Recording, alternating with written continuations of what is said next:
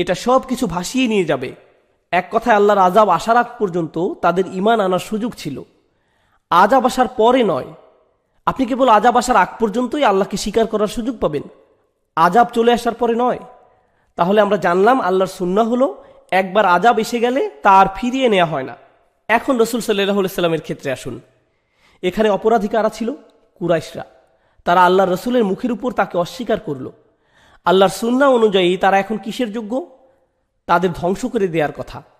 হয়তো আকাশ থেকে আগুন নিক্ষেপ করা, বা ভূমিকম্প, বা মাটির সাথে মিশিয়ে দেয়া, বা বন্যার মতো ভয়ঙ্কর কিছু তাদের সাথে হওয়ার কথা। কারণ ইতিপূর্বে সকল নবীদের অস্বীকারীদের সাথে এমনটাই ঘটেছিল। আচ্ছা, কিন্তু তাদেরকে আকাশের উপর থেকে কোনো শাস্তি দেননি, জমিনের নিচ থেকেও কোনো শাস্তি দেননি। তিনি তাদেরকে ভয়ঙ্কর কোনো রোগ দিয়েও ধ্বংস করে দেননি। তাহলে তাদেরকে কোন শাস্তি দেওয়া হয়েছিল? তাদের জন্য আল্লাহর পক্ষ থেকে চরম শাস্তি ছিল সাহাবাগণ। আল্লাহ তাদের জন্য এমন কিছু ইমানদার পাঠিয়েছেন যারা তাদেরকে যুদ্ধে পরাজিত করেছেন এবং পরিশেষে মক্কা বিজয় করেছেন। এখন যখন তারা মক্কা বিজয় করলেন, তার মানে আল্লাহ অবিশ্বাসীদের পরাভূত করলেন। নূহ আলাইহিস সালাম, সালেহ আলাইহিস সালাম অথবা শুআয়ব আলাইহিস সালামের ক্ষেত্রে কি ঘটেছিল? যখন আল্লাহ তাদের জাতিকে পরাভূত করেছিলেন, আল্লাহ অবিশ্বাসীদের পরাভূত করার পর কি হবার কথা? তাদের ধ্বংস। তাহলে সাহাবাদের তরবারি এসব অবিশ্বাসীদের ঘাড়ে থাকার কথা। কিন্তু আল্লাহ বলছেন, থামো তোমরা। তিনি কি ইতিপূর্বে কখনো এভাবে শাস্তি থামিয়ে দিয়েছিলেন? না। কিন্তু এদের ক্ষেত্রে তিনি বলছেন, তোমরা থামো, তাদেরকে 4 মাসের সময় দাও, তাদেরকে চিন্তা করতে দাও। এই সময়ের মধ্যে যদি কেউ আল্লাহর রাসূলের কাছে এসে বলে, ও আমি আসলে আপনাকে কখনো অতটা সিরিয়াসলি নেইনি, এই 23 বছরে আমি ঘোরাঘুরি আর প্লেস্টেশন 3 নিয়ে ব্যস্ত ছিলাম, তাই আমি আপনার কথাগুলো ভালোভাবে শুনতে পাইনি, তো আপনি কি আপনার কথাগুলো আমাকে আবার বুঝিয়ে বলবেন? আল্লাহ বলছেন, এক্ষেত্রে তাকে এটাও বলা যাবে না যে এতদিন কোথায় ছিলে তুমি, তোমার মনোযোগ দেওয়া উচিত ছিল, অনেক দেরি হয়ে গেছে। না না না, ওয়া ইন আহাদুম মিনাল মুশরিকিন ইস্তাজারাকা ফাআজিরহু হাত্তা ইয়াসমাআ কালাম আল্লাহ।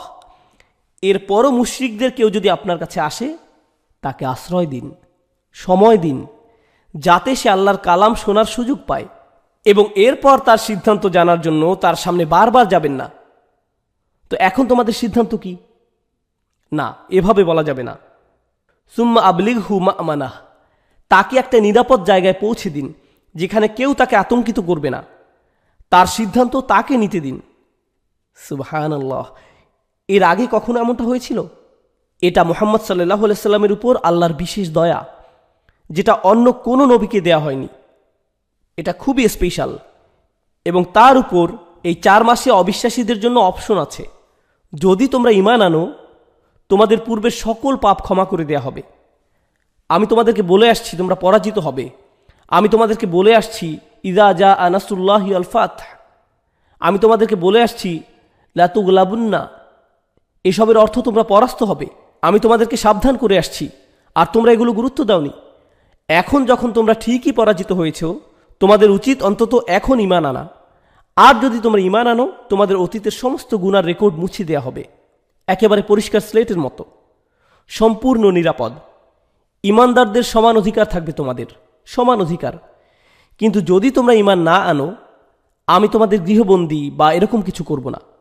তোমরা এখান থেকে চলে যাও, তোমাদেরকে হত্যা করা হবে না, তোমরা শুধু এখান থেকে চলে যাও। তোমরা নিরাপদ মানুষদের হত্যা করেছ, ঘর বাড়ি ছাড়া করেছ, অন্যায় অত্যাচার শোষণ চালিয়েছ।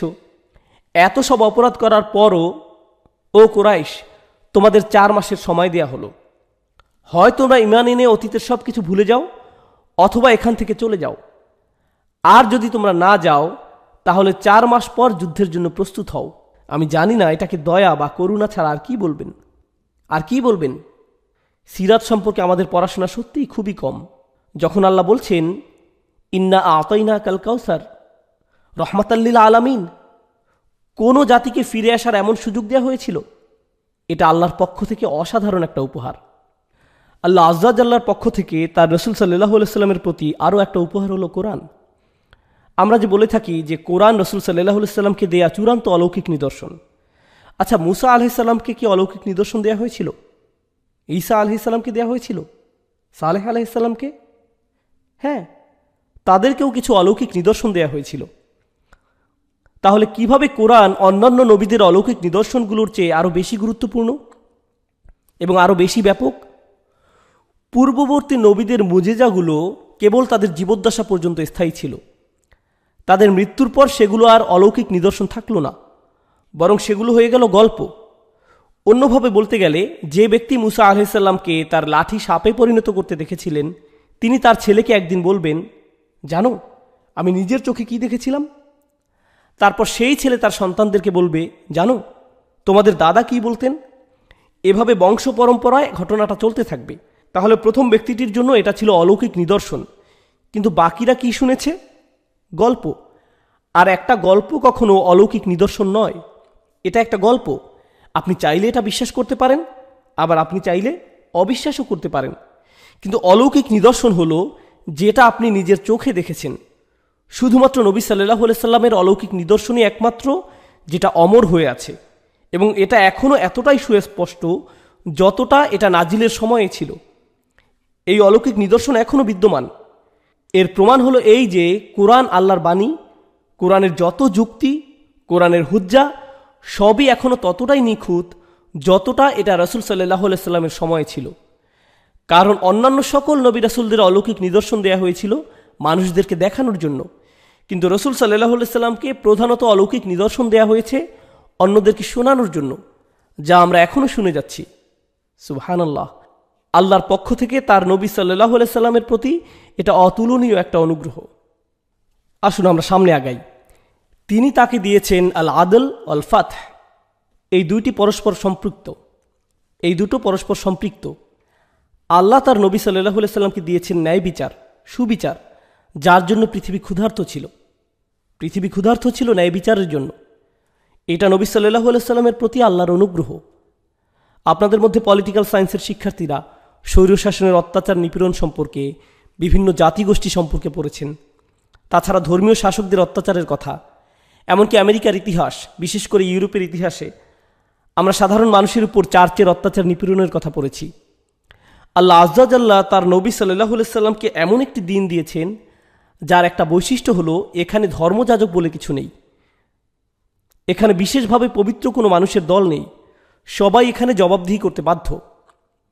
যদি কোনো বিষয়ে মতানৈক্যের সৃষ্টি হয়, ফারুদ্দুহু ইলাল্লাহি ওয়া রাসূলিহি, তাহলে তাকে সংবিধানের আওতায়, অর্থাৎ আল্লাহ ও তার রাসূলের বিধানে আসতে হবে।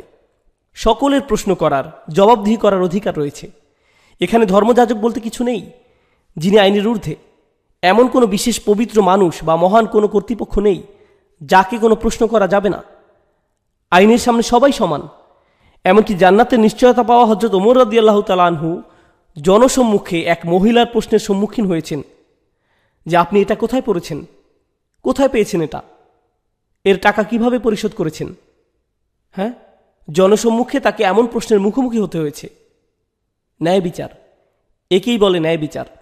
আর এটাই আমাদের নবী সাল্লাল্লাহু আলাইহি সাল্লামকে দেয়া হয়েছে, যা আমরা মূল্যায়ন করতে পারি না বলে আজ পৃথিবীর শাসকেরা এবং সাধারণ মানুষেরা অন্যায় অবিচারে নিমজ্জিত। এবং এই কারণে পৃথিবীর যে কোনো জায়গায় মুসলিমরা গিয়েছে এবং দিন প্রতিষ্ঠা করেছে, তাদের বিদায়ের সময় সাধারণ মানুষ তাদের জন্য কেঁদেছে।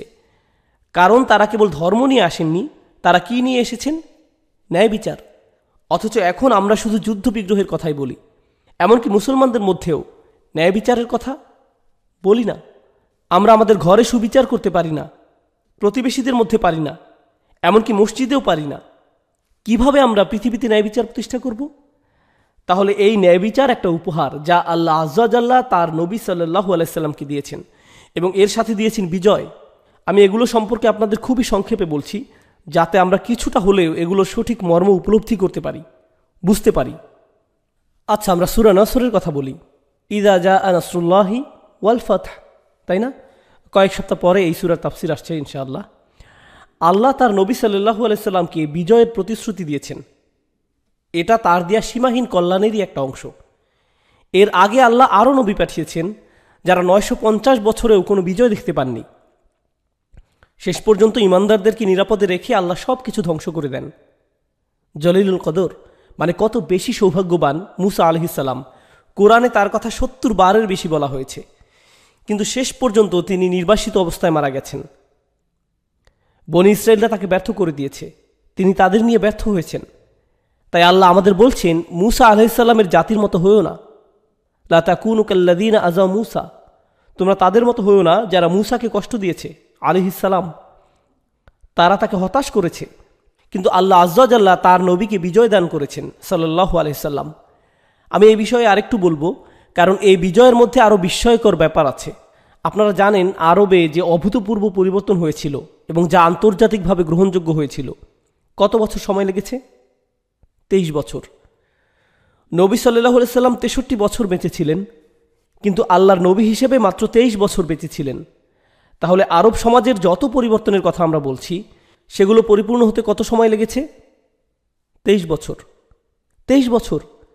পৃথিবীতে এমন কোনো ঐতিহাসিক পরিবর্তন হয়েছে 23, 33, 43, 53 বা 63 বছরে?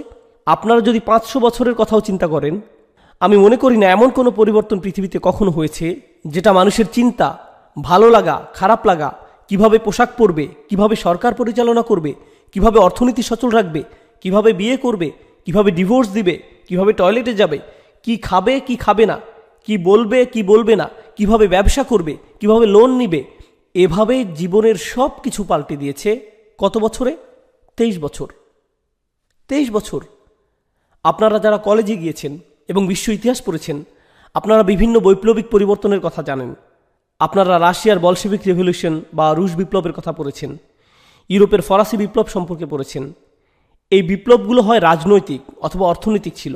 এগুলো মানুষের নৈতিকতার পরিবর্তন করেনি, মানুষের খাওয়া, ঘুমানো বা পান করার মতো বিষয় পরিবর্তন আনেনি, মানুষের পছন্দ অপছন্দের কোনো পরিবর্তন, এমনকি পোশাক পরিচ্ছদে কোনো পরিবর্তন আনেনি। কেবল একটা বড় পরিবর্তন, আর কিছু না। তাছাড়া এই পরিবর্তন বা বিপ্লব এমন সব মানুষের মাধ্যমে হয়েছে যারা বিভিন্ন দার্শনিকদের বই থেকে এগুলো সম্পর্কে পড়েছে, অথচ এই দার্শনিকেরা এসব পরিবর্তনের বহু আগেই পৃথিবী ছেড়ে চলে গিয়েছেন। আমি আপনাদের শুধু একটা উদাহরণ দিচ্ছি, রুশ বিপ্লব বা কমিউনিস্ট বিপ্লব। আপনারা জানেন এই সাম্যবাদ কার লেখা? Karl Marx. কার্ল মার্কস তিনি কোন দেশের জানেন? তিনি জার্মানির অধিবাসী। রুশ বিপ্লবের 60 বছর আগে তিনি মারা গেছেন। তিনি ছিলেন একজন লাইব্রেরিয়ান, একজন লেখক, একজন দার্শনিক। তিনি যখন লাইব্রেরিতে বসে বসে তার বই লিখছেন, কখনো নিশ্চয়ই কল্পনাও করেননি যে তার লেখা পড়ে একে অপরকে হত্যা করবে মানুষ, এবং তার মৃত্যুর 60 বছর পর মানুষ একটা দেশে বিপ্লব ঘটাবে, তাই না? তাহলে অন্যভাবে বলতে গেলে ঐতিহাসিক একটা ফর্মুলা হলো, কোনো মতবাদের দার্শনিক কখনো যুদ্ধক্ষেত্রে থাকেন না, এবং এমনকি একজন দার্শনিক তার নিজের দর্শনের জন্য আন্দোলন করেন না। তিনি শুধুমাত্র একজন দার্শনিক। তিনি তার লেখার মাধ্যমে সমাজ পরিবর্তনের জন্য মানুষকে কনভিন্স করতেও চেষ্টা করেন না। তিনি শুধু লেখেন আর লেখেন। এমনকি ফরাসি বিপ্লবের ক্ষেত্রেও আপনারা জানেন ভল্টেয়ার এবং রুশো এই দুজন লেখক বিপ্লব দেখেননি। ফরাসি বিপ্লবের প্রায় 100 বছর আগে তারা তাদের মতবাদ দিয়েছেন। এখন মুহাম্মদ সাল্লাল্লাহু আলাইহি সাল্লামের ক্ষেত্রে কে বক্তব্য দিচ্ছেন? কেই বা যুদ্ধক্ষেত্রে আছেন? আপনারা কল্পনা করতে পারছেন? যুদ্ধের একেবারে প্রথম সারিতে কে আছেন? কে মানুষদেরকে আহ্বান করছেন? আর কাকে বয়কট করা হয়েছে? কাকে একটা গুহায় আশ্রয় নিতে বাধ্য করা হয়েছে? কাকে ঘরছাড়া করা হয়েছে?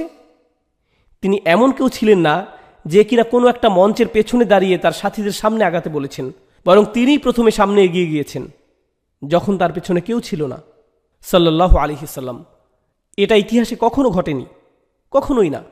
আপনারা পলিটিক্যাল সায়েন্সের প্রফেসর বা হিস্ট্রি প্রফেসরকে জিজ্ঞেস করে দেখতে পারেন। জানেন, আমি মনে করি না অমুসলিমদের কাছ থেকে এই বিষয়টা যাচাই করা বা সমর্থন নেয়ার আমাদের কোনো প্রয়োজন আছে।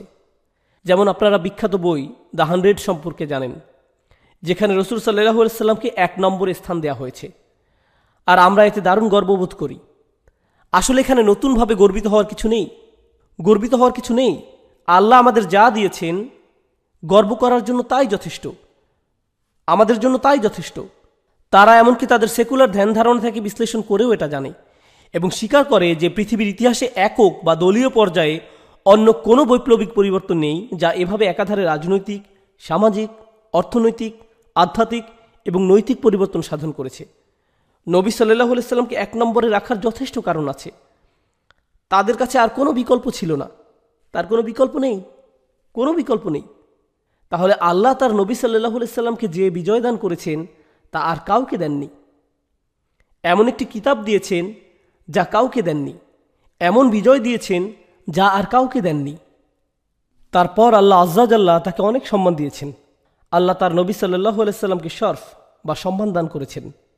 এটা আল কাউসারের অংশ। আপনারা জানেন, ইব্রাহিম আলাইহিস সালাম যখন আল্লাহর ঘর নির্মাণ করেছিলেন তখন তিনি কিবলার জন্য অনেক দোয়া করেছেন, তাই না? মানুষের অন্তরকে তোমার ঘরের দিকে ফিরিয়ে দাও, তাহওয়ি ইলাইহি, ঠিক না? মাসাবাতাল লিন্নাসি ওয়া আমনা, এই স্থানকে উৎকর্ষতা এবং নিরাপত্তায় পরিপূর্ণ করুন। তিনি এভাবে আল্লাহর ঘরের জন্য দোয়া করেছেন। কিন্তু আল্লাহ তাআলা কখন মসজিদুল আকসা থেকে মসজিদুল হারামের দিকে কিবলা পরিবর্তন করেছেন? কেন পরিবর্তন করেছেন? আল্লাহ কারণগুলো ব্যাখ্যা করেছেন। আপনারা জানেন কারণগুলো কি? কদ নারা তাকাল্লুবা ওয়াজহাকা ফিস সামাই ফালা নুআল্লিয়ান্নাকা কিবলাতান তারদাহা, আমরা আপনাকে দেখেছি আকাশের দিকে মুখ করে তাকিয়ে থাকতে, তাই আমরা আপনার জন্যই কিবলা পরিবর্তন করে দিলাম। এতে কোনো সন্দেহ নেই। ফালা নুআল্লিয়ান্নাকা, আমরা শপথ করে বলছি নিশ্চয়ই আমরা আপনার জন্যই কিবলা পরিবর্তন করে দিচ্ছি। কেন? কারণ আপনি আকাশের দিকে তাকিয়েছিলেন।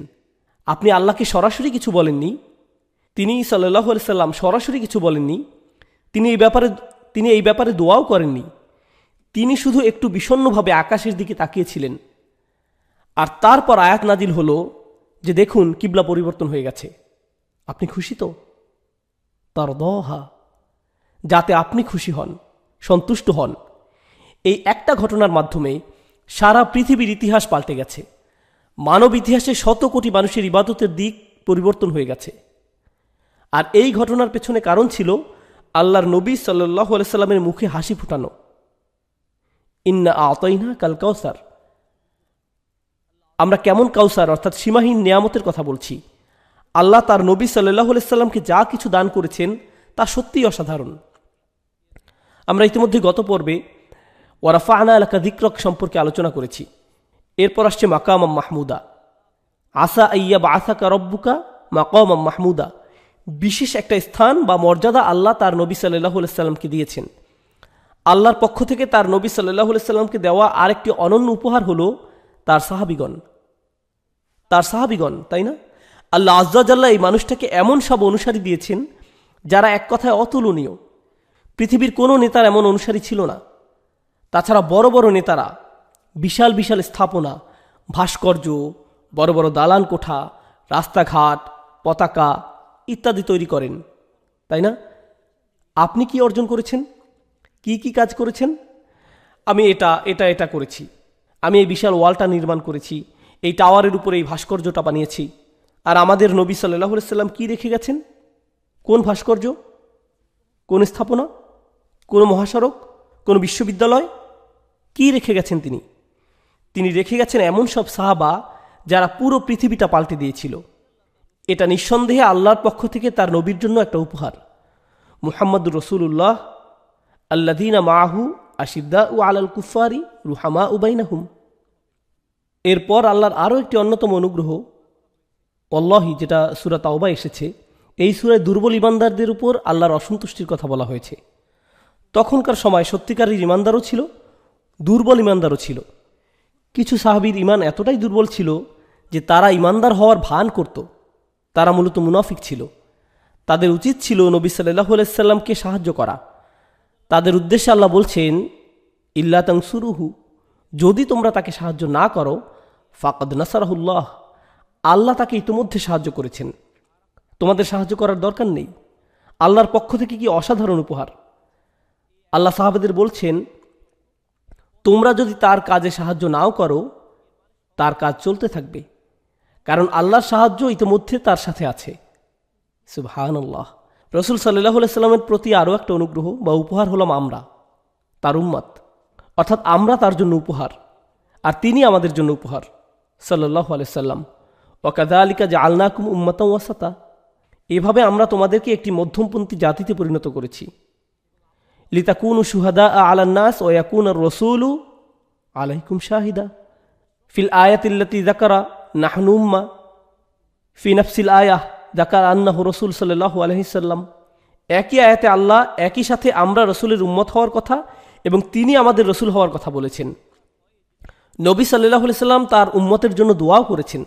তিনি আমাদের বলছেন তিনি আশা করেন বিচার দিবসে তার অনুসারী বা উম্মতের সংখ্যা সবচেয়ে বেশি হবে, এবং যত বেশি ওনার উম্মত তত বেশি তার স্মরণ, ততই বেশি তার প্রতি অনুগ্রহ যা আল্লাহ তাকে করেছেন। ওরাফা আনহা লাকা যিকরাক, তাই না? প্রসঙ্গত ঈমানদারদের বেশি বেশি সন্তান নেয়ার জন্য তিনি নির্দেশ দিয়েছেন। যদিও আপনারা অনেকেই এটাকে অ্যাভয়েড করেন, তিনি এই নির্দেশ দিয়েছেন কারণ তিনি বলেছেন বিচার দিবসে তিনি তার সর্বাধিক অনুসারী আশা করেন। নবী সাল্লাল্লাহু আলাইহি সাল্লামের প্রতি আন্তরিকতা এবং ভালোবাসা থেকেই আমাদের বেশি বেশি বাচ্চা নেওয়া উচিত। এরপর তার পরিবার, অবশ্যই তার পরিবার তার জন্য একটা উপহার। তার উম্মতের কাছে তার পরিবার খুবই সম্মানের। তাই আমরা বলি আল্লাহুম্মা সাল্লি আলা মুহাম্মাদিন ওয়া আলা আলি মুহাম্মাদ। তাহলে তার পরিবারও তার জন্য একটা উপহার সাল্লাল্লাহু আলাইহি ওয়াসাল্লাম। তারপর হলো শাফাআহ। বিচার দিবসে যখন মানুষেরা একে একে সকল নবী রাসূলের কাছে যাবেন, তারা সকলে বলবেন নাফসি নাফসি, হায় আমার কি হবে, আমার কি হবে, আমার কাছে এসো না, আমার কাছে এসো না। আর সেদিন একমাত্র অবলম্বন, একমাত্র দরজা খোলা থাকবে মুহাম্মদ রাসূলুল্লাহ সাল্লাল্লাহু আলাইহি ওয়াসাল্লাম। এটা বিশাল ব্যাপার। বিচার দিবসে উম্মতের জন্য এর চেয়ে বড় কোনো উপহার, বড় কোনো সম্মান আর হতে পারে না। আপনারা জানেন সেদিন সবাই নিজের চিন্তায় মগ্ন থাকবে। সবাই, মা তার নিজের সন্তানকে ছেড়ে দিবে। মানুষ বলবে আমার পুরো পরিবারকে জাহান্নামে দিন, অথবা আমার পুরো এলাকার মানুষকে জাহান্নামে দিন, প্রয়োজন হলে ওমান ফিল আরদি জামিআন সুম্মা ইউনজিহ, পুরো পৃথিবীর মানুষকে জাহান্নামে নিক্ষেপ করুন, বিনিময়ে আমাকে মুক্তি দিন। সেদিন এই মানুষটা সাল্লাল্লাহু আলাইহি সাল্লাম আসবেন আর বলবেন না, সে আমার লোক। অনেক বর্ণনায় আছে যেখানে বলা হয়েছে কিছু মানুষকে জাহান্নামের দিকে টেনে নিয়ে যাওয়া হবে এবং নবী সাল্লাল্লাহু আলাইহি সাল্লাম অন্য পাশ থেকে তাদের টানতে থাকবেন। ফেরেশতারা তাদের টেনে নিয়ে যেতে চাইবে, অন্যদিকে নবী সাল্লাল্লাহু আলাইহি সাল্লাম তাদেরকে অপর পাশ থেকে টানতে থাকবেন। একবার কল্পনা করে দেখুন বিচার দিবসে নবী সাল্লাল্লাহু আলাইহি সাল্লামকে কেমন ক্ষমতা দেয়া হয়েছে। এরপর ইন্নাল্লাহা ওয়া মালাইকাতাহু ইউসাল্লুনা আলান নবী। আমি গত পর্বেও এটা বলেছি, এটা অভূতপূর্ব একটা উপহার। কোনো সন্দেহ নেই আল্লাহ ও তার ফেরেশতাগণ তার নবীর উপর সালাওয়াত পেশ করছেন সাল্লাল্লাহু আলাইহি সাল্লাম। জানেন আল্লাহ যেভাবে তার নবী সাল্লাল্লাহু আলাইহি সাল্লামকে ডাকেন, যেভাবে তিনি তার কথা বলেন, এটাও আল্লাহর উপহারগুলোর মধ্যে একটি। তিনি তাকে এভাবে ডাকেন না ইয়া মুহাম্মদ, ইয়া আহমদ। তিনি কোরআনে বলছেন ইয়া আদম উসকুন আনতা ওয়া যাওজুকাল জান্নাহ, ইয়া দাউদ ইন্না জাআলনাকা খলিফাতান ফিল আরদ। তিনি ঈসা আলাইহিস সালামকে বলেছেন ইয়া ঈসা ইন্নী মুতাওয়াফিকা ওয়া রাফিউকা ইলাইয়া। তারপর ইয়া মূসা ইন্নানী আনাল্লাহ লা ইলাহা ইল্লা আনা ফা'বুদনি ওয়া আকিমিস সালাতা লিযিকরি। ইয়া যাকারিয়া ইন্না নুবাশশিরুকা বিগুলাম ইসমুহু ইয়াহইয়া। নবীদেরকে তাদের নাম ধরে সম্বোধন করা হয়, কিন্তু রাসূল সাল্লাল্লাহু আলাইহি সাল্লামের ক্ষেত্রে আল্লাহ বলছেন ইয়া আইয়ুহান নবী, ইয়া আইয়ুহার রাসূল, ইয়া আইয়ুহাল মুজাম্মিল, ইয়া আইয়ুহাল মুদ্দাসসির। খেয়াল করুন আল্লাহ তার রাসূল সাল্লাল্লাহু আলাইহি সাল্লামকে কেমন সম্মান দিয়েছেন। এমনকি তিনি যখন তার নাম কোরআনে উল্লেখ করেছেন তখনও রাসূল শব্দটি ব্যবহার করেছেন। মুহাম্মাদুন রাসূলুল্লাহি ওয়াল্লাযীনা মাআহু মা কানা মুহাম্মাদুন আবা আহাদিম মির রিজালিকুম ওয়ালাকিন রাসূলুল্লাহি ওয়া খাতামান নাবিয়্যিন ওয়া মুবাশশিরাম বিরাসূলিন ইয়াতি মিন বা'দ ইসমুহু আহমদ। তাই না? ওয়া মুবাশশিরাম বিরাসূলিন ইয়াতি মিন বা'দ ইসমুহু আহমদ, তাই না? আলে ইমরানে এসেছে ওমা মুহাম্মাদুন ইল্লা রাসূল ক্বাদ খালাত মিন ক্বাবলিহির রাসূল। কোরআনের শুধুমাত্র একটি জায়গায় আল্লাহ মুহাম্মদ নামের পাশে রসুল শব্দটি ব্যবহার করেননি, এবং সেটা সূরা মুহাম্মাদে, যেখানে আল্লাহ শুধু মুহাম্মদ সাল্লাল্লাহু আলাইহি সাল্লামকে হাইলাইট করেছেন, তাকে সরাসরি রসুল হিসাবে হাইলাইট করেননি। কিন্তু ওই আয়াতেও তার উপর ওহী নাজিলের কথা বলা হয়েছে, যা স্পষ্টভাবে ইঙ্গিত করে যে তিনি আল্লাহর রসুল। ওয়াল্লাযীনা আমানু ওয়া আমিলুস সলিহাত ওয়া আমানু বিমা নুযিলা আলা মুহাম্মাদিন ওয়া হুয়াল হাক্কু মির রাব্বিহিম। সুবহানাল্লাহ। মুহাম্মাদের উপর যা নাজিল হয়েছে, তার মানে এখানে তাকে রসূলই তো বলা হচ্ছে, তার উপর ওহী নাজিলের কথা বলা হচ্ছে। এটা সত্যি অসাধারণ। এরপর আসছে 5 ওয়াক্ত নামাজ। নবী সাল্লাল্লাহু আলাইহি সাল্লামকে দেয়া 5 ওয়াক্ত নামাজ মূলত একটা উপহার। এর সাথে তাকে আরও দেয়া হয়েছে উলামা উম্মতি কা আম্বিয়া ইবানি ইসরাইল। আল্লাহ তার নবী সাল্লাল্লাহু আলাইহি সাল্লামকে তার উম্মতের মধ্যে এমন কিছু স্কলার দিয়েছেন যাদের সম্পর্কে তিনি নিজে বলেছেন আমার উম্মতের মধ্যে যারা স্কলার তারা বনি ইসরায়েলদের নবীদের মতো। সুবহানাল্লাহ। আমরা প্রায় শেষ পর্যায়ে চলে এসেছি। এরপর তাইসিরুল কোরআন। আল্লাহ তার নবী সাল্লাল্লাহু আলাইহি সাল্লামকে এমন একটি কিতাব দিয়েছেন যা মুখস্থ করা সহজ, মনে রাখা সহজ। এখানে একটা বিষয় আমাদেরকে মনোযোগ দিতে হবে, আমি 10 মিনিটের কম সময়ে শেষ করব ইনশাআল্লাহ। তাইসিরুল কোরআন, তারপর তাখফিফ আশ-শারআ, এটাই সর্বশেষ। কোরআনকে সহজ করা, আল্লাহ মানুষের জন্য কোরআন মুখস্থ করাকে সহজ করেছেন। এই তো গত সপ্তাহে ইসলামিক স্টাডিজের একজন অমুসলিম গবেষকের সাথে আমার কথা হচ্ছিল। তারা যেটা মনে করে, আমি জানি না আপনারা কোরআনের উপর নির্মিত এই ডকুমেন্টারিটা দেখেছেন কিনা, আমার যদি ভুল না হয় সম্ভবত ডিসকভারি চ্যানেলে দেখিয়েছে। তাদের মতে কোরআন আসলে সংরক্ষিত হয়নি। চামড়ার উপর লেখা কোরআনের বিভিন্ন অংশ এবং মৃত সাগরের বিভিন্ন পাশ থেকে পাওয়া হিব্রু ও পার্সিয়ান ভাষায় পাওয়া বিভিন্ন নথি, এগুলো কোরআনের অন্য সংস্করণ। তাছাড়া এখানে অনেক সূরা নেই, এসবই তারা বলে। কোরআন কি আসলেই শুরুতে যেমন ছিল তেমনই আছে, নাকি এটা শুধুই আমাদের কল্পনা যে আমাদের কাছে যেই কোরআনটা আছে সেটাই আসল? কোরআন নিয়ে পশ্চিমাদের পাঠ্যগত সমালোচনা সম্পর্কে আপনাদের একটু বলি। মিথ্যা বা গুজব ছড়াতে এরা অবিশ্বাস্য রকমের দক্ষ। এমনকি তারা খুব ভালোভাবে গুজব বিক্রি করতে পারে। আপনি যদি তাদের মিথ্যা ধরতে না পারেন তাহলে বলবেন, ও মাই গড, আসলেই তো, সে তো পিএইচডি, সে নিশ্চয়ই সত্য বলেছে, এটা টিভিতেও প্রচার হচ্ছে, তাহলে এটা মিথ্যা হয় কিভাবে? তাই না? আমাদের মানদণ্ড তো এগুলোই। বর্তমান উম্মার জ্ঞানের গভীরতা এতটুকুই, ঠিক না? আমি ডকুমেন্টারিটা দেখেছি, এটা প্রায় আমার ঈমান নাড়িয়ে দিয়েছিল। সিরিয়াসলি, এটা দেখে তোমার হাসি পাওয়ার কথা ছিল, হাসি পাওয়ার কথা ছিল। যখন কেউ সূর্যের দিকে থুতু দেয়, এটা তাদের নিজেদের মুখে এসে পড়ে। এটাই তারা করেছে, তাদের নিজেদের মুখে থুতু দিয়েছে। আমি এই বিষয়ে একটু বলতে চাই। আমরা খুবই যৌক্তিকভাবে বিষয়টা শুরু করব, কারণ এই ব্যাপারে আমাদের সঠিক ধারণা থাকাটা খুবই গুরুত্বপূর্ণ, যা আমাদের দিন সম্পর্কে আমাদের আরও আত্মবিশ্বাসী করে তুলবে। আপনি কোনো কিছু সংরক্ষণ করতে চাইলে দুটি পদ্ধতিতে করতে পারেন: লিখিতভাবে সংরক্ষণ এবং মৌখিকভাবে প্রচলন। তাহলে কোনো কিছু সংরক্ষণ করতে চাইলে ঐতিহাসিকভাবে এর দুটি উপায় আছে। আমি আবার বলছি, উপায়গুলো কি? লিখিতভাবে সংরক্ষণ অথবা মৌখিকভাবে প্রচলন। লিখিতভাবে সংরক্ষণ মানে কোনো কিছু লিখে রাখা, আর মৌখিকভাবে প্রচলন মানে আপনি এটা মুখস্থ করে নেবেন, তারপর অপরজনকে মুখস্থ করিয়ে দিবেন এবং এভাবে জনে জনে মুখস্থ করে নেবেন। আচ্ছা, এখন পশ্চিমাদের মানদণ্ডে কিংবা যৌক্তিকভাবে কোন পদ্ধতিটি বেশি নিরাপদ? লিখিতভাবে সংরক্ষণ। লিখিত রূপে সংরক্ষণ বেশি নিরাপদ। যদিও দুটো পদ্ধতিরই সমালোচনা আছে, তারপরেও কেন এটাকে অধিক নিরাপদ বলা হয়?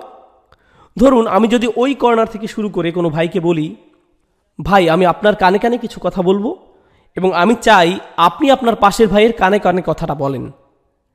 আমি তার কানে কানে বললাম, আহমদ করিমের পেটে ঘুষি মেরেছে। আমি এতটুকুই বলেছি, আহমদ করিমের পেটে ঘুষি মেরেছে। তিনি তার পাশের ভাইয়ের কানে কানে কথাটা বললেন। তার পাশের জন তার পাশের ভাইকে বললেন, তার পাশের জন তার পাশের ভাইকে বললেন। এভাবে বলতে বলতে আমরা যখন ওই কর্নার থেকে এই জায়গায় আসব, তখন কথাটা দাঁড়ায়, আহমদ করিমের নাড়ি ভুঁড়ি টেনে বের করে দিয়েছে, তার ঘরে আগুন দিয়েছে এবং তার প্রতিবেশীর ঘরও উড়িয়ে দিয়েছে। তাই না? প্রত্যেক মানুষ যদি 1% করে যোগ করে থাকেন, তাহলে 500 জনের কাছে যখন আপনি পৌঁছাবেন, তখন মূল কথার সাথে কত পার্সেন্ট যোগ হবে? 500%। এটাই মৌখিকভাবে প্রচলনের একটা সমস্যা। ঠিক আছে, আপনি শুধু একটা শব্দ পরিবর্তন করলেন, পরের জন শুধু একটা শব্দ পরিবর্তন করলো, এভাবে একটা শব্দ বেড়ে যেতে পারে। তাই পশ্চিমা সমালোচকদের যুক্তি হলো, মৌখিকভাবে প্রচলিত যে কোনো কথায় অনেক পরিবর্তন হয়। এটা যৌক্তিক, খুবই যৌক্তিক কথা, তাই না? এই বিষয়টা আমরা মাথায় রাখব। এখন লিখিতভাবে সংরক্ষণে আসুন। সে সময় তাদের ফটোকপি মেশিন ছিল না, স্ক্যানারও ছিল না। তাহলে আপনার কাছে যদি একটা বই থাকে এবং যেটা আপনি হাতে লিখেছিলেন, সেক্ষেত্রে বইয়ের আরেকটা কপির জন্য কি করতে হবে? আবার লিখতে হবে। হাতে লিখবেন নাকি টাইপ করবেন? হাতে লিখবেন। হাতে লিখে সংরক্ষণ করতে চাইলে ভুল হওয়ার কি কোনো সম্ভাবনা আছে? হ্যাঁ, আছে। তাহলে এই বইটাতে যদি একটা ভুল থাকে, এরকম আরও একটা কপি লিখতে গিয়ে কি আরও ভুলের সম্ভাবনা আছে? হ্যাঁ, আছে। তাহলে এভাবে ভুলের সম্ভাবনা আছে। আর আমি আপনাদের বলে রাখি, এই পশ্চিমারা সভ্যতার বিষয়ে কথা বলতে বেশি পছন্দ করে। যাই হোক, পশ্চিমারা যখন ঐতিহাসিক ডকুমেন্টগুলোর কথা বলে, তারা কি লিখিতভাবে সংরক্ষণের জন্য গর্ববোধ করে, নাকি মৌখিকভাবে? লিখিতভাবে সংরক্ষণ। তাহলে তাদের মতে কোনো কিছু সঠিকভাবে সংরক্ষণ করতে হলে কি করতে হবে? লিখিতভাবে সংরক্ষণ করতে হবে। তাহলে কোরআনের ব্যাপারে তারা মনে করে কোরআন সংরক্ষণের একমাত্র উপায় ছিল এটা লিখে রাখা, লিখে রাখার মাধ্যমে সংরক্ষণ করা। আসুন প্রথমে আমরা তাদের এই যুক্তি না হয় মেনে নিলাম। আমরা যদি তাদের যুক্তি মতো বলি, ধরুন কোনো ব্যক্তি এ কোরআন মুখস্থ করেছেন, তারপর তিনি দ্বিতীয় ব্যক্তি বি কে এটা মুখস্থ করতে সাহায্য করলেন, কিন্তু বি লোকটি একটু ভিন্নভাবে মুখস্থ করেছেন। তারপর তারা সি ব্যক্তির কাছে গেলেন এবং তিনিও কিছুটা ভিন্নভাবে এটা মুখস্থ করলেন। এভাবে সময়ের আবর্তনে আপনি কি কোরআনের কম ভিন্নতা পাবেন, নাকি অনেক বেশি ভিন্নতা পাবেন? আপনি অনেক বেশি বৈচিত্র্য পাবেন। আবার কোরআন যদি কেউ লিখে রাখত, তারপর এটা আরও অনেকগুলো কপি করার জন্য বিভিন্ন শহরে পাঠানো হতো, তাহলে এক্ষেত্রেও ভিন্নতা বৃদ্ধি পাওয়ার সম্ভাবনা ছিল। এটা ঐতিহাসিকভাবে সত্য। তাছাড়া কোরআন যদি ভিন্ন শহরে কপি করতে হতো, প্রসঙ্গত তারা এমনকি একই মহাদেশের ছিলেন না, কোনো ওয়ান ওয়ে ফ্লাইট ছিল না, এক দেশ থেকে আরেক দেশে যেতে মাসের পর মাস দূরত্ব ছিল, এমনকি ফোন করারও কোনো ব্যবস্থা ছিল না যে আপনি বলবেন তোমাদের কাছে ভুল সংস্করণ আছে। তাদেরকে তাদের ভুল সংস্করণের তথ্য দিতে আপনাকে 6 মাসের পথ ভ্রমণ করে তাদের কাছে যেতে হবে, এবং এই 6 মাসে আরও নতুন নতুন সংস্করণ তৈরি হতে পারে।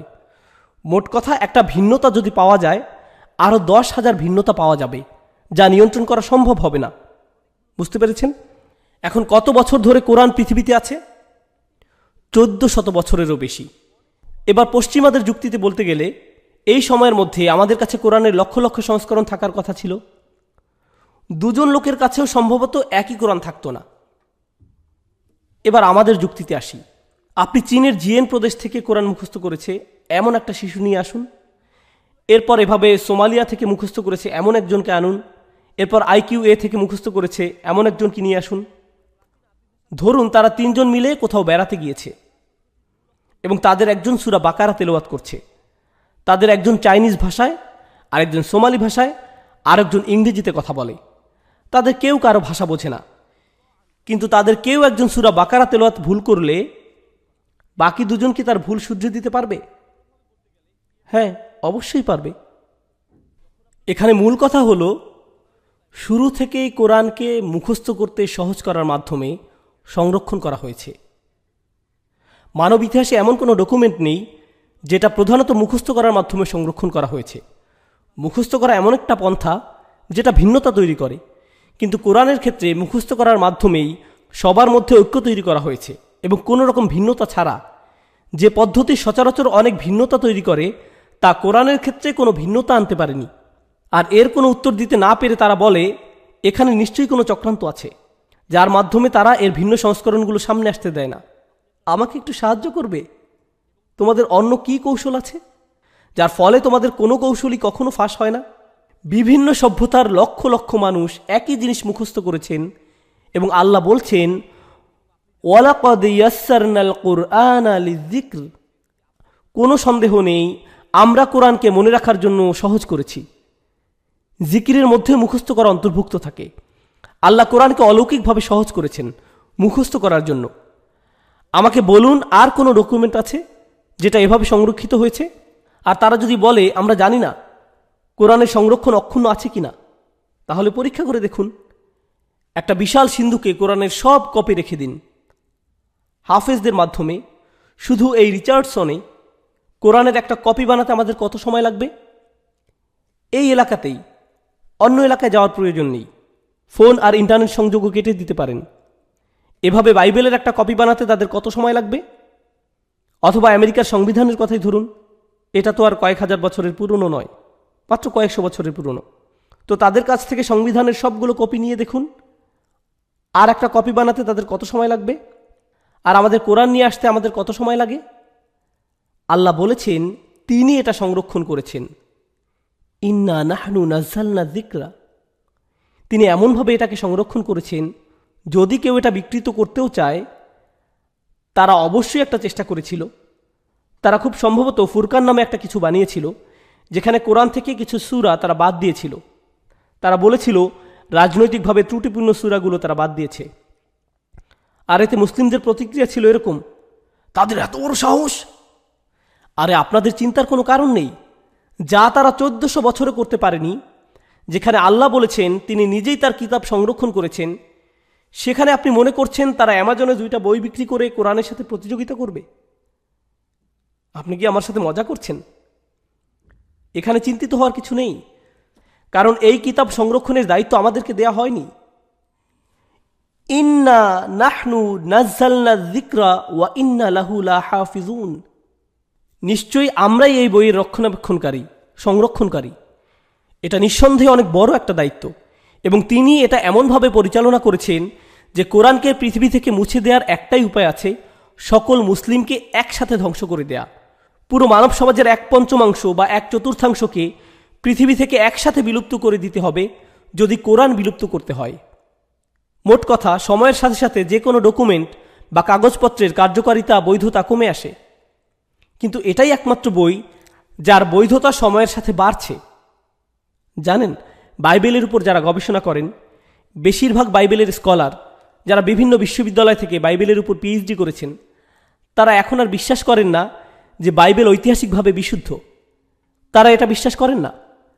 আমরা প্রফেসর জেরাল্ড ডার্কসের কথা পড়তে পারি, অথবা ব্রাদার এডির অনুষ্ঠান thedinshow.com-এ তার ইন্টারভিউ শুনতে পারি। তিনি ধর্মশাস্ত্রের উপর মাস্টার্স ডিগ্রি নিয়েছেন। তো নিঃসন্দেহে এটা আল্লাহর পক্ষ থেকে তার নবীর প্রতি অতুলনীয় একটা উপহার, সাল্লাল্লাহু আলাইহি সাল্লাম। আপনি চাইলেও এর কোনো ক্ষতি করতে পারবেন না। নবীজি সাল্লাল্লাহু আলাইহি সাল্লাম চিন্তায় পড়ে যেতেন, আমি যদি আয়াতগুলো ভুলে যাই। তিনি চিন্তায় পড়ে যেতেন। এই আশঙ্কায় তিনি দ্রুত তার জিহ্বা নাড়াতেন। লা তুহাররিক বিহি লিসানাকা লিতাআজালা বিহি। আল্লাহ আরও বলেছেন, ইন্না আলাইনা জামাআহু ওয়া কুরআনাহু। নিশ্চয়ই এটাকে একত্রিত করার, এর সাথে সংযুক্ত করার এবং একে পড়িয়ে দেওয়ার দায়িত্ব আমার উপর। দেখুন আল্লাহ কিভাবে তার নবী সাল্লাল্লাহু আলাইহি সাল্লামের কাঁধ থেকে দায়িত্বের বোঝা নামিয়ে দিয়েছেন। তার কাঁধ থেকে দায়িত্বের বোঝা নামিয়ে দিয়েছেন। আল্লাযী আনকাযা যহরাক। তিনি তার কাঁধ থেকে বোঝা নামিয়ে দিয়েছেন সাল্লাল্লাহু আলাইহি সাল্লাম। এগুলো হচ্ছে আল্লাহ আযজা ওয়া জাল্লা তার নবী সাল্লাল্লাহু আলাইহি সাল্লামকে যে কল্যাণগুলো দান করেছেন তার অংশ। শেষ পয়েন্টে আমি আপনাদের যে কথাটা বলতে চাই সেটা হলো, আল কাউসারের অংশ হিসেবে আমরা লিস্ট আকারে অনেকগুলো বিষয়ে কথা বলেছি, এবং আল্লাহ তার নবী সাল্লাল্লাহু আলাইহি সাল্লামকে এগুলো দান করেছেন। এখন তিনি সাল্লাল্লাহু আলাইহি সাল্লাম এগুলোর জন্য কিভাবে আল্লাহর প্রতি কৃতজ্ঞতা প্রকাশ করবেন? আপনারা জানেন, কাজ অনুযায়ী প্রতিক্রিয়া করা উচিত। এখন আপনি এই সীমাহীন উপহার পাওয়ার বিপরীতে কি করবেন? যখন কেউ আপনার অনেক বড় কোনো উপকার করে, আপনি বলেন, আমি জানি না, আমি বুঝতে পারছি না, আমি কি বলবো। আপনি যেন হারিয়ে যান। আমি সত্যিই জানি না এটার জন্য আমি কি করতে পারি। আমি কখনোই আপনার ঋণ শোধ করতে পারবো না, তাই না? আমরা যখন আল্লাহ তার নবী সাল্লাল্লাহু আলাইহি সাল্লামকে যা যা দিয়েছেন সেগুলোর গুরুত্ব উপলব্ধি করি, তখন আমাদের মনে প্রশ্ন আসে যে নবী সাল্লাল্লাহু আলাইহি সাল্লাম কিভাবে এগুলোর জন্য কৃতজ্ঞতা প্রকাশ করবেন? আল্লাহ তার কাছ থেকে কি আশা করতে পারেন? আল্লাহ তাকে বলছেন, ফাসল্লি, নামাজ পড়ুন, সালাত আদায় করুন। তাহলে সালাত হলো আল্লাহর প্রতি কৃতজ্ঞতা প্রকাশের প্রথম কাজ। কৃতজ্ঞতা প্রকাশের প্রথম কাজ। তিনি বলেননি ওয়াশকুর, আমি তোমাকে অনেক বেশি কিছু দিয়েছি তাই কৃতজ্ঞতা প্রকাশ করো। ওয়াশকুর রব্বাক, না। তোমার রবের প্রশংসা করো, না। তোমার রবের ইবাদত করো আর কুরবানি করো। প্রসঙ্গত এই কাজগুলো ইব্রাহিম আলাইহিস সালাম করতেন।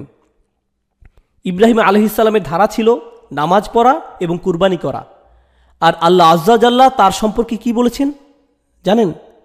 শাকিরাল লিআনউমিহি। তিনি আল্লাহর অনুগ্রহের প্রতি কৃতজ্ঞ ছিলেন। আর তিনি কিভাবে কৃতজ্ঞতা প্রকাশ করেছেন? নামাজ এবং কুরবানি করার মাধ্যমে। নামাজ এবং কুরবানি করা, এবং এই দুইটি কাজের কথাই নবী সাল্লাল্লাহু আলাইহি সাল্লামকে বলা হয়েছে। এভাবে আমরা দৈনিক 5 বার যে কার্ডিওভাস্কুলার এক্সারসাইজ করি তা নতুনভাবে মূল্যায়ন করতে পারি। আসলে আল্লাহর কাছে নামাজের মূল্য কি, নামাজের গুরুত্ব কি। একদিক দিয়ে তিনি রেখেছেন আল কাউসার, অন্যদিকে তিনি রেখেছেন সালাত। সুবহানাল্লাহ, কি অসাধারণ উপহার উম্মার জন্য, কি অসামান্য উপহার। বিচার দিবসে আমাদের পরিত্রাণের জন্য এটা অনেক বড় ব্যাপার। প্রথম যে প্রশ্নটা করা হবে সেটা হলো সালাত, এবং এর পেছনে যথেষ্ট কারণ আছে, যথেষ্ট কারণ আছে। আল্লাহ আয্যা ওয়া জাল্লা আমাদেরকে তার কথার সঠিক ধারণা দান করুন। আল্লাহ আয্যা ওয়া জাল্লা আমাদের কাছ থেকে তার কথার ভুল ধারণা দূর করে দিন।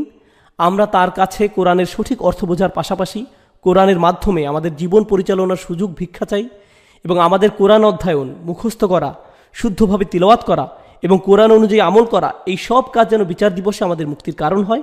এই কাজগুলো যাতে আমাদের বিপক্ষে না যায়।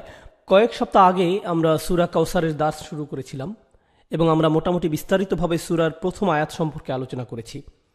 আজকে আমাদের আলোচ্য বিষয় হবে সূরাটির বাকি অংশের দাস শেষ করা। ফসল্লি লিরব্বিকা ওয়ানহার ইন্না শানিআকা হুয়াল আবতার। কিন্তু আয়াতগুলোতে যাবার আগে কিছু বিষয় সম্পর্কে আমাদের পরিষ্কার ধারণা থাকা প্রয়োজন। প্রথমত, সাধারণভাবে বলতে গেলে বেশিরভাগ বর্ণনা মতে এই সূরা নাজিলের প্রেক্ষাপট হিসেবে অনেকগুলো ঘটনা রয়েছে, যা মোটামুটি একই রকম। এমন কোনো নিশ্চিত মতামত পাওয়া যায় না যে এই একটি ঘটনার প্রেক্ষিতে সূরাটি নাজিল হয়েছে। কিন্তু যেসব ঘটনার বর্ণনা পাওয়া যায় তার সবগুলো ঘটনা প্রায় সামঞ্জস্যপূর্ণ এবং নিশ্চিতভাবেই সব ঘটনাতেই কাফিররা নবী আলাইহিসসালাতু ওয়াসসালামকে অপমান করার চেষ্টা করেছে। কিছু কিছু অবিশ্বাসী রাসূল সাল্লাল্লাহু আলাইহি ওয়াসাল্লামের কাছে এসে তাকে বিভিন্ন কটু কথা বলে যেত। আগের পর্বগুলোতে আমরা এরকম কিছু মন্তব্য সম্পর্কে জেনেছি। আজকে আমরা ইন্না শানিআকা হুয়াল আবতার আয়াতের ব্যাখ্যায় এগুলো সম্পর্কে বিস্তারিত জানবো ইনশাআল্লাহ তাআলা। তবে আমরা এতটুকু বলতে পারি, এই সূরার প্রেক্ষাপট ছিল সম্পূর্ণ নেতিবাচক। এর প্রেক্ষাপটে যেসব ঘটনা ঘটেছে, নবী আলাইহিসসালাতু ওয়াসসালামের জীবনে এই ঘটনাগুলো মোটেও সুখকর ছিল না। কিন্তু আল্লাহ এই নেতিবাচক ঘটনাগুলোর উত্তরে এই সূরাটি শুরু করেছেন খুবই ইতিবাচকভাবে। ইন্না আতাইনাকা আল কাউসার। আল্লাহ আয্যা ওয়া জাল্লা নবী সাল্লাল্লাহু আলাইহি সাল্লামকে আল কাউসার দান করার কথা বলেছেন, যা অত্যন্ত ইতিবাচক এবং যা কাফিরদের কথার সম্পূর্ণ বিপরীত। এতে আমরা রাসূল সাল্লাল্লাহু আলাইহি সাল্লামের সিরাত এবং দাওয়াতে দ্বীনের কাজ সম্পর্কে গুরুত্বপূর্ণ একটা শিক্ষা পাই।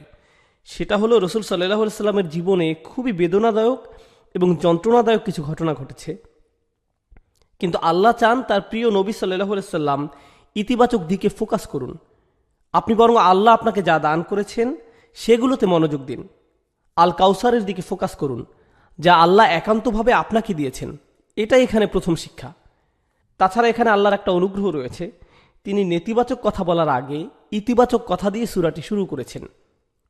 তিনি ইতিবাচক কথা দিয়ে শুরু করেছেন, ইন্না আতাইনাকা আল কাউসার, তারপর ফসল্লি লিরব্বিকা ওয়ানহার। এরপর তিনি নেতিবাচক কথা বলেছেন, ইন্না শানিআকা, অর্থাৎ আপনার শত্রু। শত্রুদের কথা একেবারে শেষে বলা হয়েছে। আবার এখানে নবী সাল্লাল্লাহু আলাইহি সাল্লামের প্রতি আল্লাহর অসীম ভালোবাসাও প্রকাশ পেয়েছে। যেমন নবী সাল্লাল্লাহু আলাইহি সাল্লামকে তারা যে কথাগুলো বলতো সেগুলো খুবই কষ্টদায়ক ছিল। তারা তার বিরুদ্ধে বিভিন্ন রকমের আপত্তিকর কথা বলতো। আপনারা জানেন তারা তাকে পাগল বলতো। ওয়া ইয়াকুলুনা ইন্নাহু লামাজনুন, অর্থাৎ তারা বলে যে নিশ্চয়ই তিনি পাগল। ইয়াকুলুনা সাহির, তারা বলতো তিনি একজন জাদুকর। তারা তাকে মিথ্যাবাদী বলতো, সাহিরুন কাজ্জাব, অর্থাৎ একজন মিথ্যাবাদী জাদুকর। তো তারা তার বিরুদ্ধে এই ধরনের অভিযোগ করে তাকে কষ্ট দিত। কিন্তু তাদের যে কথার প্রেক্ষিতে এই সূরা নাজিল হয়েছে তা আরও অনেক বেশি কষ্টদায়ক ছিল। আগের পর্বগুলোতে সংক্ষেপে এই বিষয়ে আমরা জেনেছিলাম। এখন আমরা বিস্তারিত আলোচনা করব, কারণ এই পর্যায়ে বিষয়টি উল্লেখ করা গুরুত্বপূর্ণ। দেখুন, হাদিসে এসেছে রাসূল সাল্লাল্লাহু আলাইহি সাল্লাম তার একজন সন্তান হারিয়েছেন, একজন পুত্র সন্তান। পরবর্তী হাদিসে আমরা তার নাম সম্পর্কে জানব।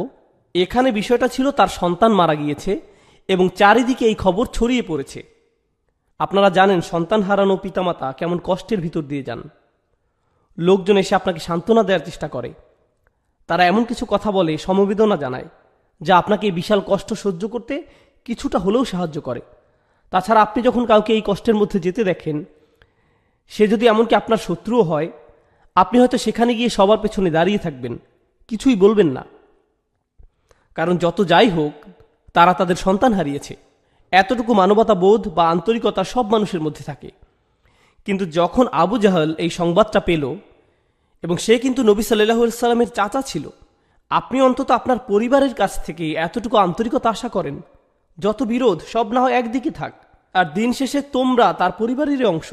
কিন্তু না, তার মনে নবী সাল্লাল্লাহু আলাইহি সাল্লামের জন্য এত বেশি বিদ্বেষ ছিল যে সে চারদিকে দৌড়াতে দৌড়াতে উল্লাস করছিল, হাসতে হাসতে লোকজনকে বলছিল, বাতারা মুহাম্মাদুন, মুহাম্মাদের বংশ নিঃশেষ হয়ে গিয়েছে, তার নাম নেয়ার আর কেউ থাকবে না। অন্যভাবে বলতে গেলে আপনার ছেলে সন্তানের মাধ্যমেই আপনার বংশধারা অব্যাহত থাকে, যেহেতু তিনি তার পুত্র সন্তান হারিয়েছেন এবং তার শুধু কন্যা সন্তানেরই অবশিষ্ট আছে, তাই ভবিষ্যতে তার নাম নেয়ার মতো আর কেউ থাকবে না। তাহলে মুহাম্মদ আমাদের জন্য অস্থায়ী একটা সমস্যা, কারণ তার বংশধারা অব্যাহত রাখার মাধ্যম হিসেবে তার কোনো ছেলে সন্তান আর নেই। তাই অচিরেই এই পৃথিবী থেকে তার নাম নিশানা মুছে যাবে। দেখুন কেমন কষ্টের পরিস্থিতিতে তারা এই ধরনের চরম অপ্রীতিকর কথাগুলো বলছে। এই কথাগুলো এত বেশি যন্ত্রণাদায়ক ছিল যে আল্লাহ আজ্জা জাল্লা তাদের কথা কোরআনে উদ্ধৃতিও করেননি। তিনি এভাবে বলেননি ইয়াকুলুনা হুয়া আবতার অথবা হুয়া আবতার। তিনি বলেননি যে তারা বলে তার বংশ নিঃশেষ হয়ে গেছে। তিনি নবী সাল্লাল্লাহু আলাইহি সাল্লামের সামনে তাদের সেই যন্ত্রণাদায়ক কথার উদ্ধৃত করে তাকে আঘাত দিতে চাননি। তিনি বিভিন্ন সূরায় তাদের বিভিন্ন কথা উদ্ধৃত করেছেন, যেমন তারা বলেছিল তিনি পাগল, তিনি একজন জাদুকর এবং তিনি একজন মিথ্যাবাদী। কিন্তু এই ক্ষেত্রে তিনি তাদের কথাগুলোকে উদ্ধৃত করেননি। তিনি সরাসরি তাকে সান্ত্বনা দিয়েছেন, ইন্না শানিআকা হুয়াল আবতার, আপনার শত্রুরাই নির্বংশ নিশ্চিহ্ন হবে। তাহলে আল্লাহ আজ্জা ওয়া জাল্লা এখানে কাফিরদের কথাটা হুবহু উদ্ধৃত করেননি। এটা নিঃসন্দেহে নবী সাল্লাল্লাহু আলাইহি সাল্লামের প্রতি আল্লাহর অসীম ভালোবাসার বহিঃপ্রকাশ। পরিশেষে আমরা এই সূরায় আরও একটা অসাধারণ শিক্ষা পাই। এখানে আল্লাহ কেবল নবী সাল্লাল্লাহু আলাইহি সাল্লামের মনোযোগ অন্যদিকে আকৃষ্ট করেননি। রাসূল সাল্লাল্লাহু আলাইহি সাল্লাম তার সন্তান হারিয়েছেন। যখন কেউ এভাবে সন্তান হারায়, তার কাছে আর কোনো কিছুই ভালো লাগে না। এটা যে কোনো মানুষের ক্ষেত্রে হতে পারে, সব মানুষের ক্ষেত্রে এমনটা হয়। কেউ যখন তার সন্তান হারায়, তখন তার বাড়ি, ব্যাংক ব্যালেন্স অথবা অন্য যে কোনো কিছুর কথা মাথায় আসে না। মনের মধ্যে শুধু সন্তান হারানোর তীব্র ব্যথাই অনুভূত হয়। মা বাবার কাছে তাদের সন্তানেরা শ্রেষ্ঠ সম্পদ, তাই না? নবী সাল্লাল্লাহু আলাইহি সাল্লামের এমন কষ্টের মুহূর্তে আল্লাহ আজ্জা ওয়া জাল্লা প্রথমে তাকে সমবেদনা জানাচ্ছেন, ইন্না আ'তাইনাকা আল কাউসার। তিনি তার সন্তান হারিয়েছেন আর আল্লাহ তাকে বলছেন, আপনি সীমাহীন কল্যাণপ্রাপ্ত হয়েছেন, আপনি প্রাচুর্য লাভ করেছেন। আগের পর্বগুলোতে আমরা লিস্ট আকারে এগুলো সম্পর্কে জেনেছি, কিন্তু এরপরেও কিভাবে এই যন্ত্রণাদায়ক পরিস্থিতি মোকাবেলা করা যায়, কাফিরদের কথার যথাযথ জবাব দেওয়ার পাশাপাশি এই সূরায় আমাদের শেখানো হচ্ছে কিভাবে আমরা বিশেষ করে পরিবারের কাউকে হারানোর তীব্র যন্ত্রণা, অসহ্য মানসিক কষ্ট, হতাশা এগুলো থেকে মুক্তি পেতে পারি। প্রথমত, আল্লাহ আপনাকে যা যা নিয়ামত দান করেছেন সেগুলোতে মনোযোগ দিন। এরপর ফাসল্লি লিরব্বিকা ওয়ানহার, নবী সাল্লাল্লাহু আলাইহি সাল্লামকে আল্লাহ বলছেন সালাত আদায় করুন। আল্লাহ বলছেন দুঃখ, কষ্ট, যন্ত্রণা থেকে মুক্তির উপায় হলো সালাত আদায় করা। সুবহানাল্লাহ। জানেন এখানে সালাত আদায়ের দুইটা দিক আছে। প্রথমত, শেষ আয়াতের সাথে সালাতের সম্পর্ক আছে, আবার প্রথম আয়াতের সাথেও সালাতের সম্পর্ক আছে। তাহলে মাঝখানের আয়াত ফাসল্লি লিরব্বিক হলো এই সূরার মূল আয়াত। প্রথম আয়াতে আল্লাহ নবী সাল্লাল্লাহু আলাইহি সাল্লামকে যা দান করেছেন সে সম্পর্কে বলা হয়েছে। আর কোনো উপহার পেলে আপনার কি করা উচিত? আপনার কৃতজ্ঞতা প্রকাশ করা উচিত, এবং কৃতজ্ঞতা প্রকাশের শ্রেষ্ঠ মাধ্যম হলো সালাত আদায় করা। তাহলে প্রথম আয়াতের প্রতিক্রিয়া হলো ফাসল্লি লিরব্বিক।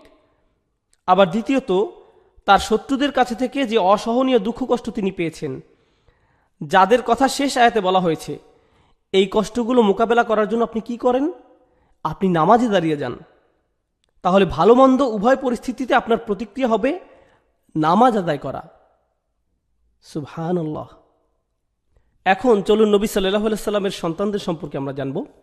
আন ইবনে আব্বাস রাদিয়াল্লাহু তাআলা আনহুমা কল, ইবনে আব্বাস রাদিয়াল্লাহু আনহুমা হাদিসটি বর্ণনা করেছেন, কান আকবরু ওয়ালাদি রাসূলুল্লাহ সাল্লাল্লাহু আলাইহি ওয়াসাল্লাম আল কাসিম। রাসূল সাল্লাল্লাহু আলাইহি সাল্লামের বড় সন্তানের নাম ছিল কাসিম রাদিয়াল্লাহু আনহু। সুম্মা জাইনাব, তারপর জাইনাব, সুম্মা আব্দুল্লাহ, তারপর আব্দুল্লাহ, সুম্মা উম্মু কুলসুম, সুম্মা ফাতিমা, সুম্মা রুকাইয়া, ফামাত আল কাসিম। তাহলে এখান থেকে আমরা তার সন্তানদের বয়সের ক্রমও জানতে পারি। তো প্রথম সন্তান ছিলেন কাসিম, তারপর জাইনাব, তারপর আব্দুল্লাহ, তারপর উম্মে কুলসুম, তারপর ফাতিমা, তারপর রুকাইয়া। মাক্কি যুগের শেষের দিকে কাসিম রাদিয়াল্লাহু আনহু ইন্তেকাল করেন। এরপর মাদানী যুগে আব্দুল্লাহও মারা যান। কারো কারো মতে সূরাটি কাসিম রাদিয়াল্লাহু তাআলা আনহুর মৃত্যুর প্রেক্ষাপটে নাজিল হয়, আবার অন্যদের মতে আব্দুল্লাহ রাদিয়াল্লাহু তাআলা আনহুর মৃত্যুর পরে এটি নাজিল হয়। আবার অন্য একটি বর্ণনায় আমরা রাসূল সাল্লাল্লাহু আলাইহি সাল্লামের আরও একজন সন্তানের কথা জানতে পারি, ইব্রাহিম রাদিয়াল্লাহু আনহু। তাহলে তার কোন সন্তানের মৃত্যুর প্রেক্ষিতে সূরাটি নাজিল হয়েছে এই ব্যাপারে বিভিন্ন মতামত পাওয়া যায়।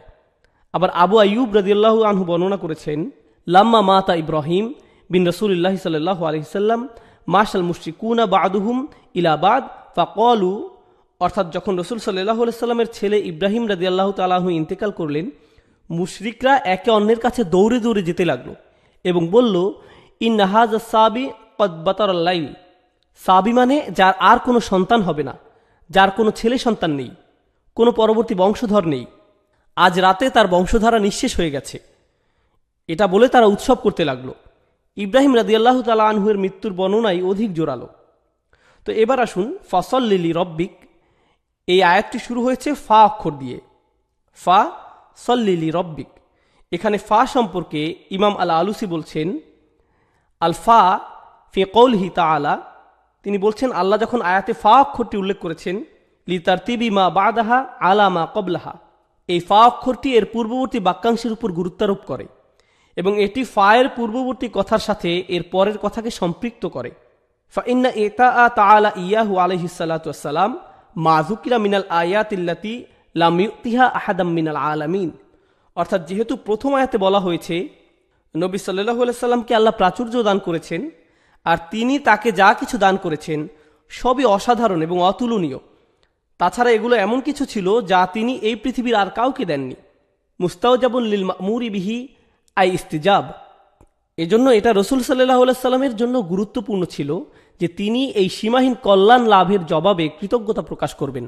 এই অসীম নিয়ামতের জন্য সারা দিয়ে কৃতজ্ঞতা প্রকাশ করা খুবই জরুরি। আইফা দুম আলা সালাতি লিরব্বিক, অর্থাৎ রাসূল সাল্লাল্লাহু আলাইহি সাল্লামকে বলা হচ্ছে, যেহেতু আপনার প্রতি অসীম অনুগ্রহ করা হয়েছে তাই আপনি নামাজে অবিচল থাকুন। দুম আলা সালাত, আল্লাহর জন্য আপনি সালাতে অবিচল থাকুন। এগুলো ইমাম আল আলুসির মন্তব্য। আপনাদের আবার একটু মনে করিয়ে দিতে চাই, এর আগের সূরা থেকে আমরা জেনেছি তারা যখন নামাজ পড়ত তারা উদাসীন থাকত, নামাজের প্রতি তারা যত্নবান ছিল না। তাছাড়া যখনই তারা নামাজ পড়ত লোক দেখানোর জন্য নামাজ পড়ত। আর এই সূরায় ঠিক এর বিপরীত বলা হচ্ছে, তোমরা কেবল তোমাদের রবের জন্য সালাত আদায় করো। ফাসল্লি লিরব্বিক, তিনি শুধু ফাসল্লি বলেননি, যদিও এর মাধ্যমে আদেশটি পরিপূর্ণ বোঝা যাচ্ছে। যেমন তিনি অন্য আয়াতে বলছেন আকিমিস সালাত, শুধু আকিমিস সালাত, কিন্তু এখানে বলছেন ফাসল্লি লিরব্বিক, আপনার রবের জন্য সালাত আদায় করুন, আপনার রবের জন্য। এর মাধ্যমে নামাজ আদায়ের উদ্দেশ্য স্পষ্ট করে বলা হচ্ছে। এখন সল্লি ফা ইন্না সালাতা জামিআতু লিজামিহি আকসামুশ শুকুর, এটা খুবই গুরুত্বপূর্ণ। আল্লাহ সালাতের কথা বলেছেন, শুকরের কথা বলেননি। তিনি বলেননি ওয়া শুকর রব্বাক, তোমার রবের কৃতজ্ঞতা প্রকাশ করো, তাই না? যখন কোনো অনুগ্রহ করা হয় তখন এর জন্য কৃতজ্ঞতা প্রকাশ করা উচিত। তাহলে আমরা বুঝতে পারলাম সালাত হলো জামিআতু লি জামিই আকসামুশ শুকুর, অর্থাৎ আল্লাহর প্রতি কৃতজ্ঞতা প্রকাশের পরিপূর্ণ, সর্বোৎকৃষ্ট এবং সর্বশ্রেষ্ঠ উপায় হলো আল্লাহর জন্য সালাত আদায় করা। এজন্যই আমরা রাসূল সাল্লাল্লাহু আলাইহি সাল্লামের জীবনে দেখেছি, যখন ভালো কিছু ঘটত বা কোনো ভালো খবর আসতো তিনি কি করতেন? তিনি সাথে সাথে 2 রাকাত নামাজ পড়তেন। এভাবেই তিনি আল্লাহর কৃতজ্ঞতা প্রকাশ করতেন। এবং এটা আমরা আমাদের নিজেদের জীবনেও প্রয়োগ করতে পারি। যখন কোনো ভালো কিছু আমাদের জীবনে আসে, আমরা কোনো সুসংবাদ পাই, সাথে সাথে আমাদের উচিত সর্বোৎকৃষ্ট উপায়ে তার কৃতজ্ঞতা প্রকাশ করা, আল্লাহর জন্য সালাত আদায় করা।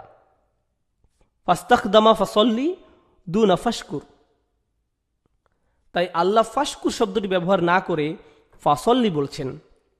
আল মুরাদ বিস সালাত ইনদা আবি মুসলিম as-সালাতিল মাফরুদাহ, আবু মুসলিমের মতে এখানে সালাত বলতে আল্লাহ ফরজ সালাত বুঝিয়েছেন। ইবনে আব্বাস বলছেন ওয়াজাহা বাজামা ইলা আন্নাহা জিনসুস সালাত, তিনি বলছেন আল্লাহ শুধু নামাজ আদায় করুন বলেছেন। যেহেতু কোন নামাজ সেটা নির্দিষ্ট করে বলেননি, তাই এর মাধ্যমে সকল প্রকার নামাজের কথা বলা হচ্ছে, ফরজ নামাজ সহ অন্যান্য সকল নামাজ। সালাত সম্পর্কে আরও অনেক মতামত পাওয়া যায়, যেমন ওয়াকিল আল মুরাদ বিহা সালাতুল ঈদ বিন নাহর, অর্থাৎ যেহেতু এই আয়াতের শেষে ওয়ানহার শব্দটি আছে, মানে কোরবানি করা, তাই অনেকের মতে এখানে নামাজ বলতে নির্দিষ্টভাবে ঈদের নামাজকে বোঝানো হয়েছে।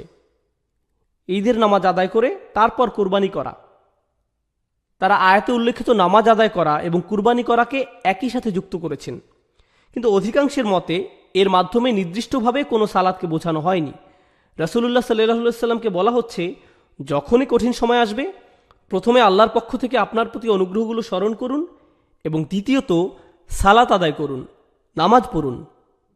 এরপর আল মুরাদ আসসালাতু বিসুবহি বিমুজদালিফা আন-নাহর বিমিনা, এই ব্যাপারে সর্বশেষ মত হল সালাত বলতে আল্লাহ এখানে হজের সময় মুজদালিফায় ফজরের নামাজের কথা বলেছেন এবং নাহার বলতে মিনায় কুরবানি করা বুঝিয়েছেন। আল-আকসারুনা আন্নাল মুরাদ বিন নাহরি নাহরাল আদাহি, এটাও খুবই গুরুত্বপূর্ণ। অধিকাংশ মুফাসসিরগণের মতে অন্নাহার, যার অর্থ কুরবানি করা, এর মাধ্যমে মূলত ঈদুল আজহার কুরবানির কথা বলা হয়েছে। অধিকাংশ তাফসীরকারকগণ এটাই মনে করেন, যদিও অন্যান্য আরও মতামত রয়েছে। এগুলো সম্পর্কে বলার আগে আমরা জামাখশারির একটা চমৎকার মন্তব্য দেখব।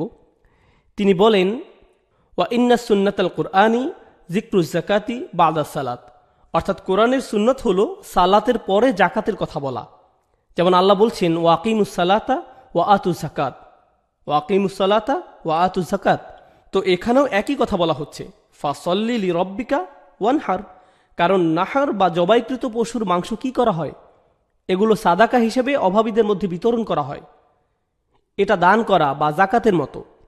তাহলে এখানেও প্রথমে আকিমুস সালাত, এরপর আতুস জাকাতের কথা বলা হচ্ছে। এই দুইটি বিষয় আলাদাভাবে বোঝানো হয়েছে।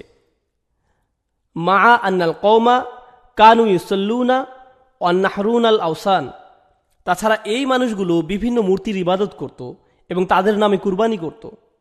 ফাল আনসাব আইয়ুমারু সাল্লাল্লাহু আলাইহি ওয়াসাল্লাম ফি মুকাবালাতিহিম বিসসালাতি ওয়ান নাহর লাহু আযজা ওয়া জাল্লা, এটা খুবই গুরুত্বপূর্ণ। আল্লাহ আযজা ওয়া জাল্লা এই আয়াতে তাদের আচরণের সম্পূর্ণ বিপরীত বলেছেন। শুধুমাত্র আল্লাহ তাআলার জন্যই সালাত আদায় করতে হবে, শুধুমাত্র আল্লাহ তাআলার জন্যই সালাত আদায় করতে হবে এবং কুরবানি করতে হবে।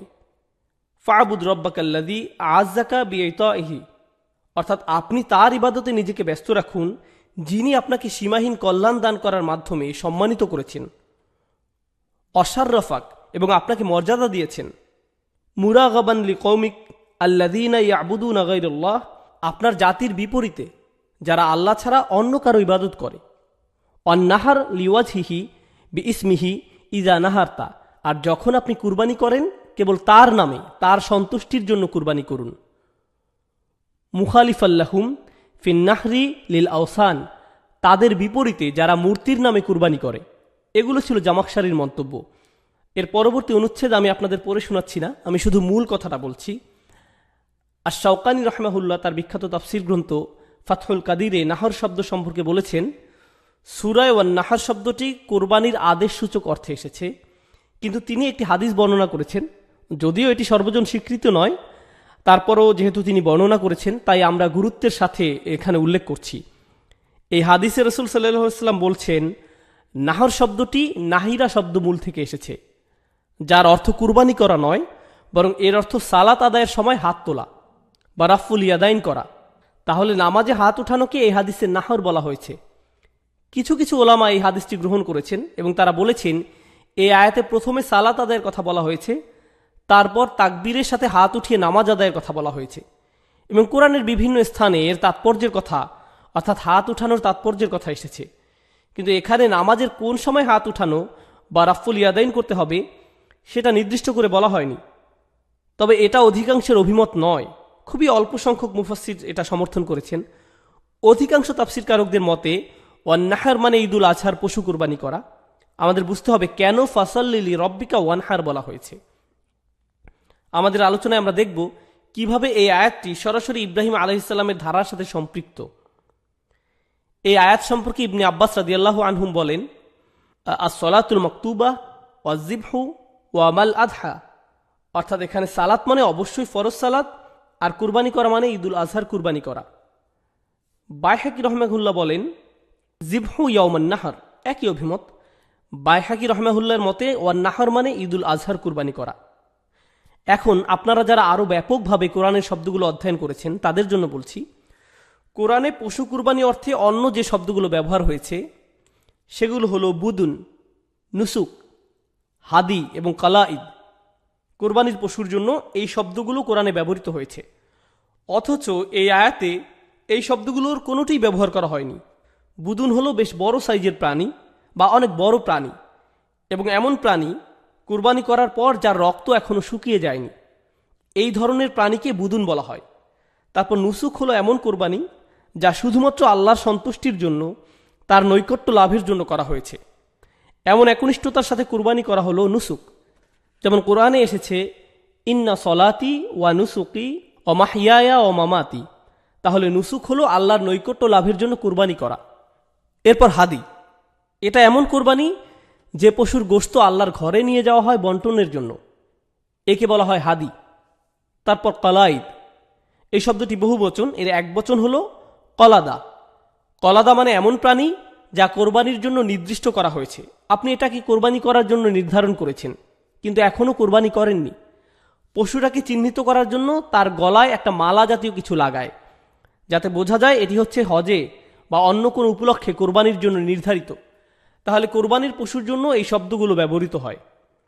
আবার কোরবানি করা অর্থে কোরআনে 3টি শব্দ এসেছে, জাবাহা অথবা জিবহ অথবা জাবিহ। সাধারণভাবে কোরবানি বলতে শব্দটি ব্যবহৃত হয় ধর্মীয় উদ্দেশ্যে বা বড় কোনো উদ্দেশ্যে পশু জবাই করা। ইসলামে ধর্মীয় উদ্দেশ্যে জবাই করা বোঝাতে এই শব্দটি ব্যবহার করা হয়। তাছাড়া নৃশংসভাবে জবাই করা বোঝাতেও কোরআনে এই শব্দটি ব্যবহৃত হয়েছে। যেমন ফেরাউনের ক্ষেত্রে আমরা পেয়েছি ইউযাব্বিহুনা আবনা আহুম, অর্থাৎ তারা তাদের পুত্র সন্তানদের জবাই করত। তাহলে শব্দটি মূলত জবাই করা অর্থে ব্যবহৃত হয়। তার পরের শব্দ হল জাক্কা। যেমন কোরআনে এসেছে, অমা আকালা সুবউ ইল্লা মা জাক্কাইতুম। কোনো পশুকে দ্রুত জবাই করা বোঝাতে জাক্কা শব্দটি ব্যবহৃত হয়, তাড়াতাড়ি এবং কোনো কষ্ট না দিয়ে জবাই করা।